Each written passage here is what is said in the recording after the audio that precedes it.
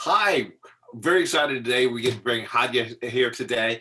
So Hadya Sow, you're with Alzheimer's Association. Tell us, Alzheimer's Association, what all do you guys do? Well, thanks, Jim, for the opportunity. It's always an opportunity with you to just be able to share who we are and what we do. So at the association, we focus on all forms of dementia. I know the name is kind of like, wait, but you're the Alzheimer's Association, but we actually cover everything. And Alzheimer's Association just rolls off the tongue easier.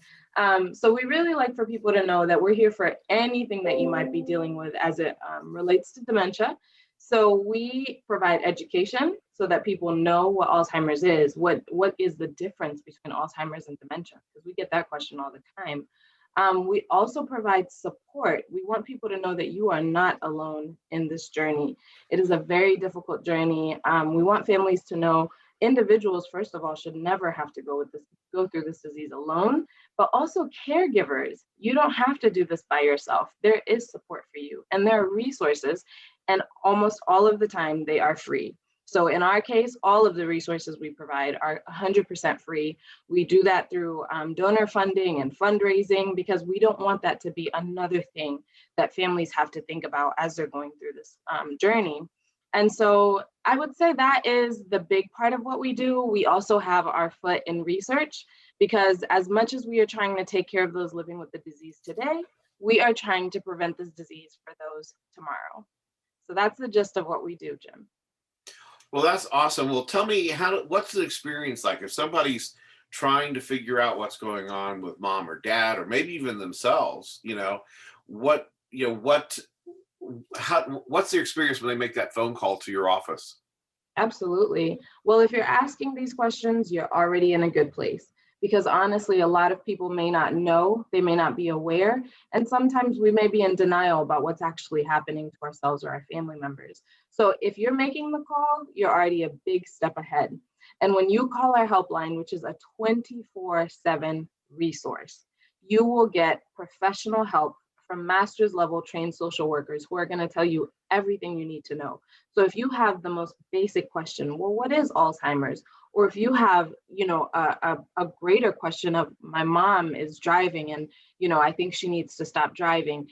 It does not matter what level you are in, from, like I said, from the beginning stages to a crisis, we are there for you. So that helpline is available in over 200 languages. And like I said, just having someone that you can call any time of day or night, who is going to be there for you and who's going to be able to answer those difficult questions for you, that is what we do. That is the first step in the process. So regardless of how you reach us, when you reach us, we can then tell you, here are the next steps. Here are the things that you can anticipate no matter what stage you're in.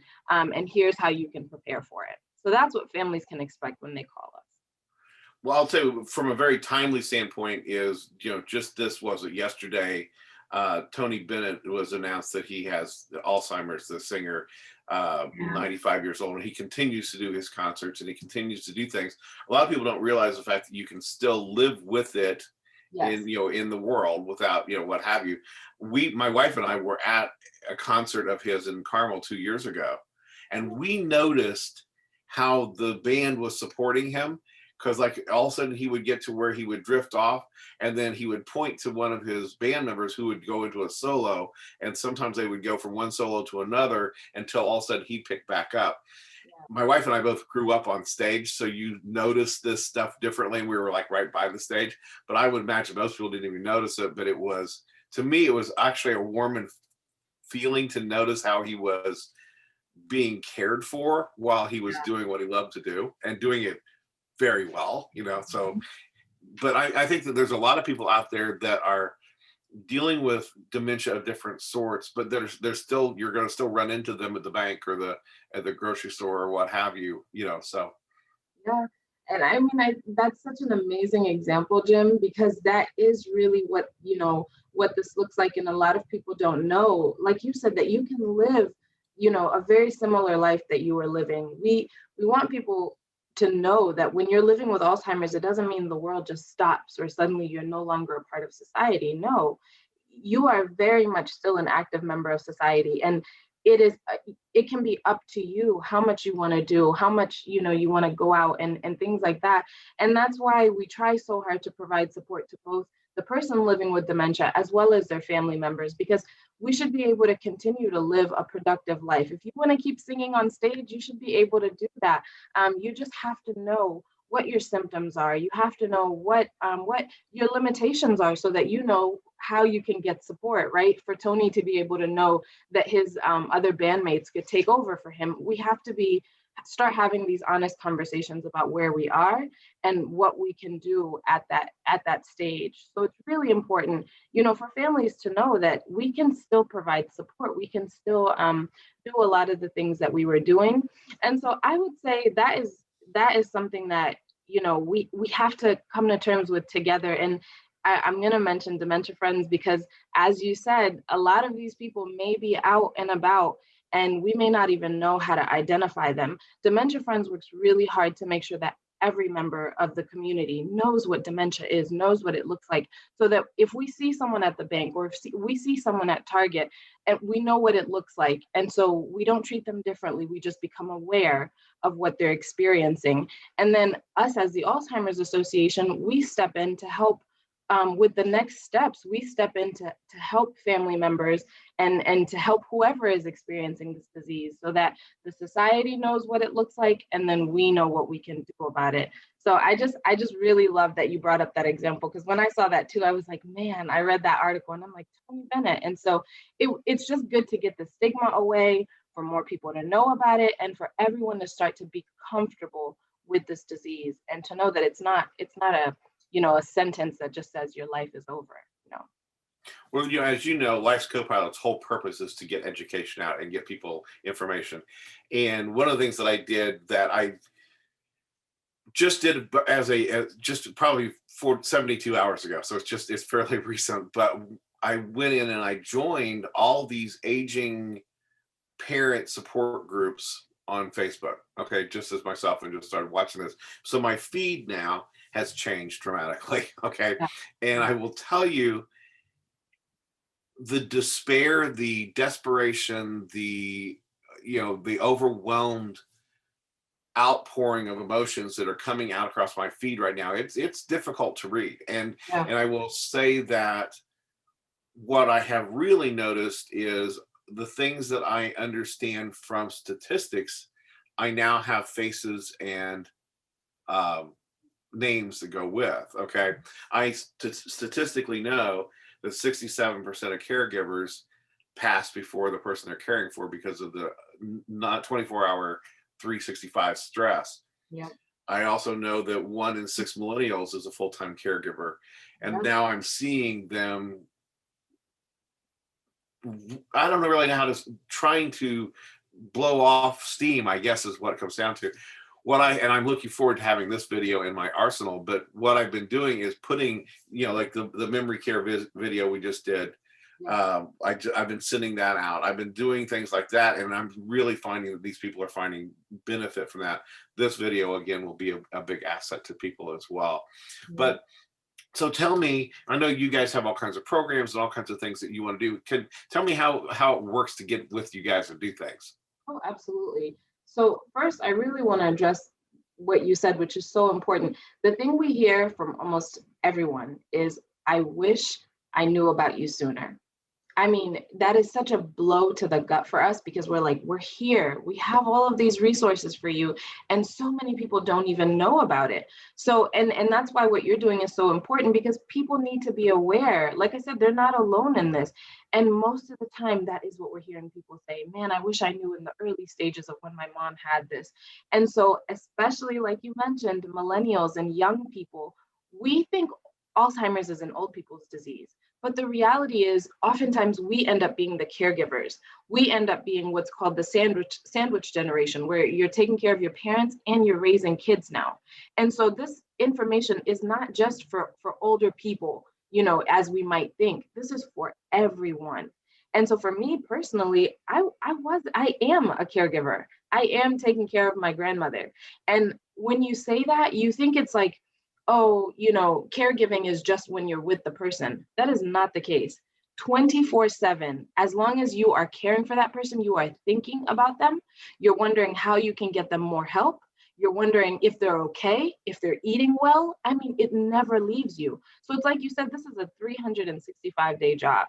And even when you think it's not impacting you, caregiving is impacting you. And so to your point, that's why we really want people to reach out and come to our support groups and our education programs. So those education programs are meant to tell you everything you need to know about dementia. We do basic programs from the 10 warning signs, knowing what they are, understanding Alzheimer's and dementia, knowing the difference, and then even healthy living for your brain and body so that people know how they can prepare, how they can keep themselves healthy, whether they're preparing for their own older age or if they're just trying to stay healthy to provide care to someone.